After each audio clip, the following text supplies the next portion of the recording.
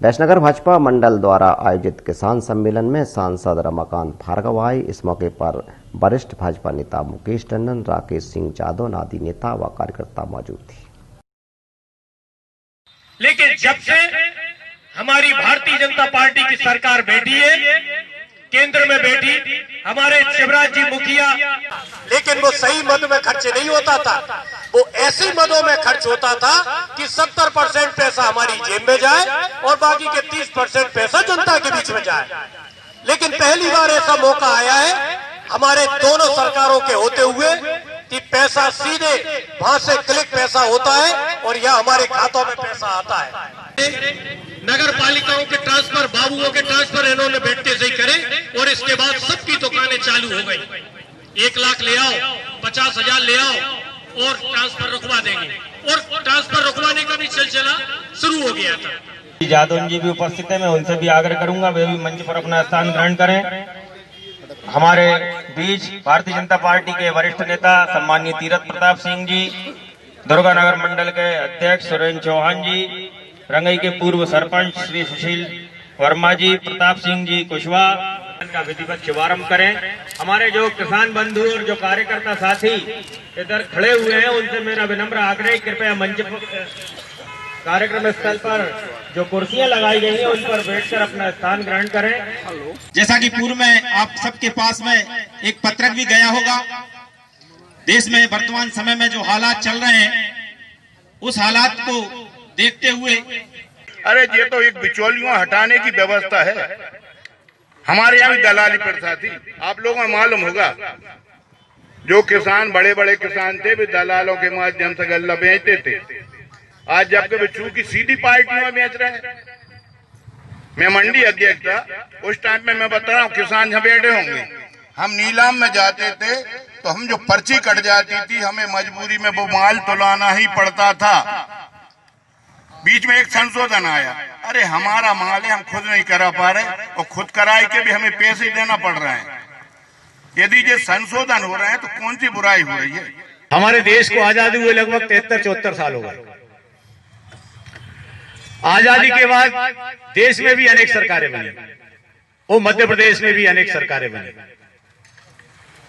नेहरू जी से लेकर राजीव गांधी तक, मनमोहन सिंह जी तक अनेक सरकारें बनी, मगर किसानों की कभी किसी ने चिंता नहीं की। किसी ने चिंता करी कि भी किसानों की? बताओ।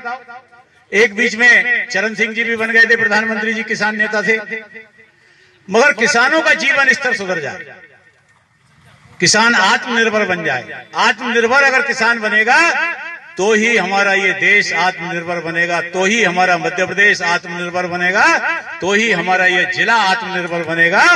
अगर किसान आत्मनिर्भर बनेगा। किसान को आत्मनिर्भर बनाने की शुरुआत किसने की? देश के आजादी के बाद।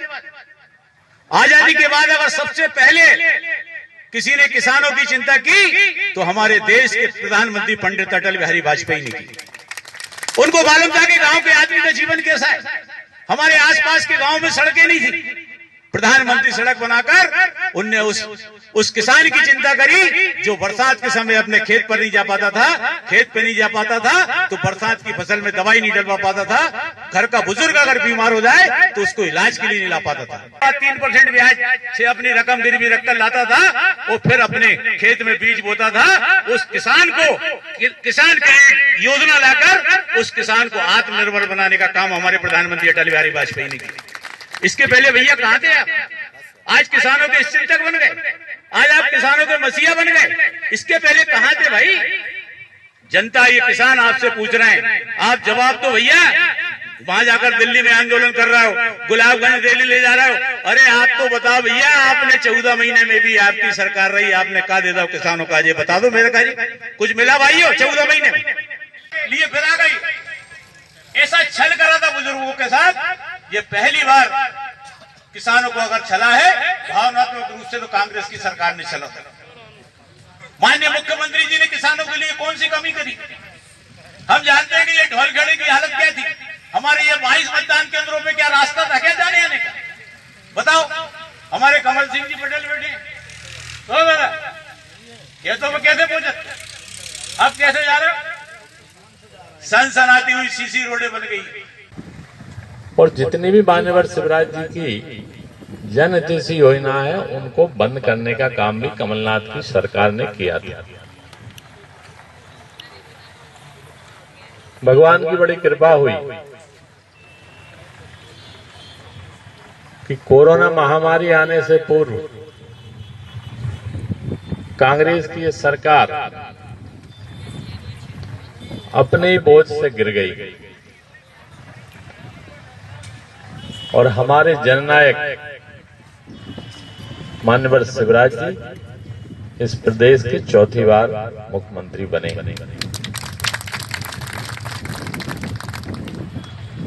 क्योंकि अगर वो मुख्यमंत्री चौथी बार नहीं बनते, ईश्वरी कृपा है, तो कोरोना में हमारा क्या होता भगवान ही जाने। उन्होंने सबसे पहले आके इस प्रदेश में कोरोना के संभालने का काम किया और जो योजनाएं बंद हुई थी उन योजनाओं को प्रारंभ करने का काम किया और सबसे पहले संबल योजना इस प्रदेश में प्रारंभ की। तमाम जनहितैषी योजनाओं का काम हुआ। 15 माह में किसानों के लिए 2 रुपए डालने का काम नहीं हुआ। किसानों को कोई सहायता मिली नहीं, परंतु अभी देखें तो 4-5 बार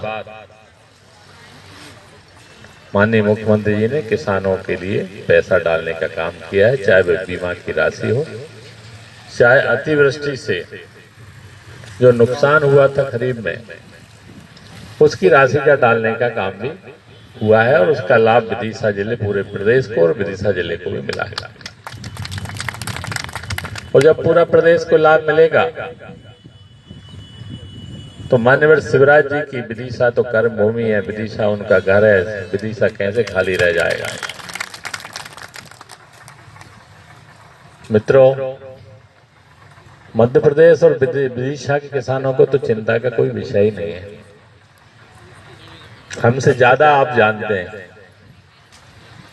हम तो बस कहने आए और आपको याद दिलाने आए।